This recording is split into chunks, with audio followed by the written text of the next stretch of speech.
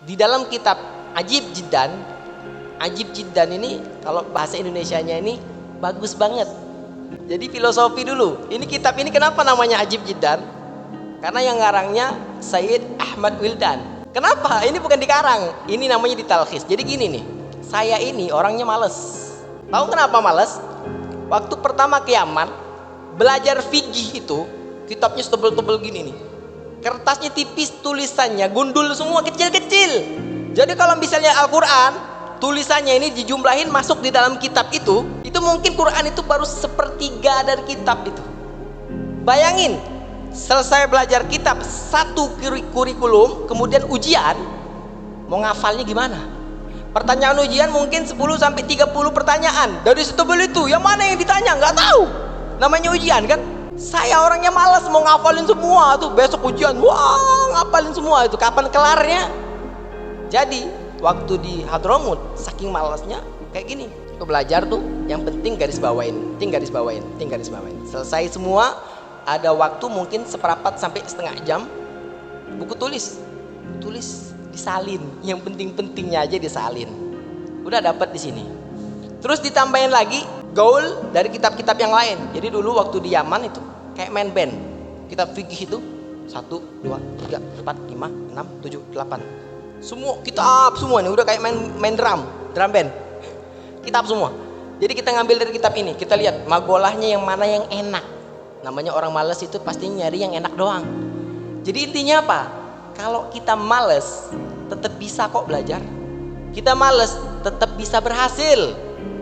Makanya semangat jadi orang malas.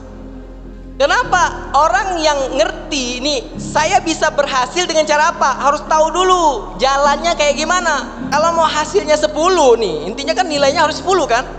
Itu harus cari jalannya. Mau 5 tambah 5, 5 kali 2, 9 tambah 1, terserah ente. Yang penting kamu udah tahu dulu jawabannya 10.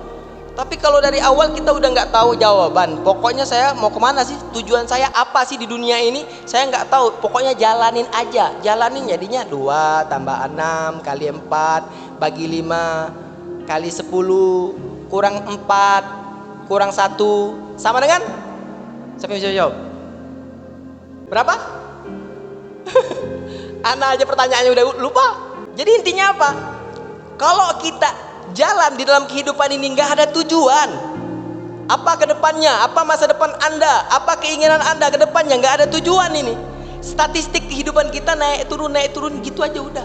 Pokoknya jalanin aja, bangun tidur, wudu, sholat subuh, makan, kerja, makan siang, kerja lagi, pulang ke rumah, temu istri, sholat isya, tidur lagi, bangun tidur lagi, ya kayak gitu aja terus. Setiap hari kayak gitu. Kita tuh kayak nggak ada apa sih target ke depan, apa sih tujuannya. Tujuannya juga bingung. Saya tujuannya banyak, pengen punya rumah, pengen punya mobil, pengen siapa lagi, pengen punya istri banyak. Ada yang kayak gitu? Bukan saya ya. Pokoknya tujuannya terlalu banyak sehingga apa, nggak ada yang ditargetin. Kalau pengen punya rumah, hitung dulu nih, rumahnya berapa, harganya mungkin sekitar 500 juta. Yaudah kejar 500 juta, dapat. Tapi kalau misalnya kita ngejarnya, pokoknya wah rumah ini keren ya, oh rumah ini lebih keren lagi nih, wah ini keren juga nih. Ujung-ujungnya apa? Dapatnya apa? Yang enggak semua-muanya. Oh ya sudah, kontrak aja dah. Jadi kayak gitu. Kenapa? Karena kita nggak punya tujuan. Padahal siapa bilang, saya mah nggak mampu rumah kayak gini. Ente nggak ada target. Saya nggak mampu punya mobil itu, nggak ada target. Kalau kita punya target, itu jawaban 10, kita akan mencari jalan. 5 tambah 5 kayaknya susah deh. Lebih enak kan sedikit-sedikit, 1 tambah 1 tambah 1 tambah 1 tambah 1 sampai 10. Lambat, tapi sedikit-sedikit mampu. Mau sekaligus aja dah 9 dulu. Gampang, ntar sisanya 9 tambah 1 sama dengan 10. Bisa kayak gitu. Makanya intinya apa? Dari kitab ini mengajarkan kepada kita semua apa? Males bisa berhasil, tapi ingat harus ada tujuan. Setelah anak tulis semua ini, alhamdulillah nilainya nggak pernah dapat 100. Nggak pernah dapat 100. Setiap belajar tuh ujian, perasaan semua jawaban udah bener. Kalau dilihat salahnya cuman salah apa? Kurang alif doang. Ini namanya saya orang Indonesia, Bahasa Arab kadang-kadang mau cepet-cepet nulis kurang alif disalahin sama ustadznya. Saya ngeluh, ngomong, ya ustadz, ini kenapa ini? Kok nilai saya 9,7, 9,6, 9,4? Sudah, ente terima aja.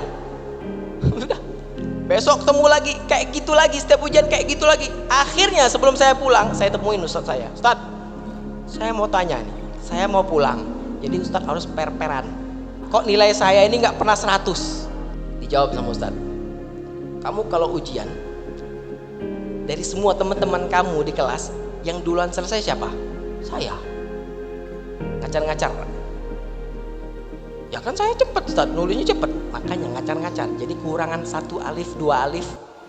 Salah nggak kira-kira? Ya harusnya dimaklumin lah Ustaz. Bisa dimaklumin. Tapi ya Ahmad Wildan, saya tahu satu. Kalau ente anak kasih nilai 100, ada penyakit sombong nanti di hati ente. Jadi ada buat nilai kayak gitu. Dan tetap ente udah tahu ilmunya kan? Harusnya hasilnya 100, cuma dibuat kayak gitu, cuma meredam supaya ente nggak sombong. Allahumma shalli ala sayyidina Muhammad. Kayak gitu. Jadi guru-guru kita itu ngedidik itu bukan cuma sekedar ngajarin doang. Kalau cuma ngajarin ilmu doang, banyak orang bisa ngajarin ilmu, tapi adab, suluk, cara, tata krama, akhlaknya Rasulullah, hati kita itu benar-benar dididik untuk begitu mengenal syariatnya Allah Subhanahu wa ta'ala. Alhamdulillah.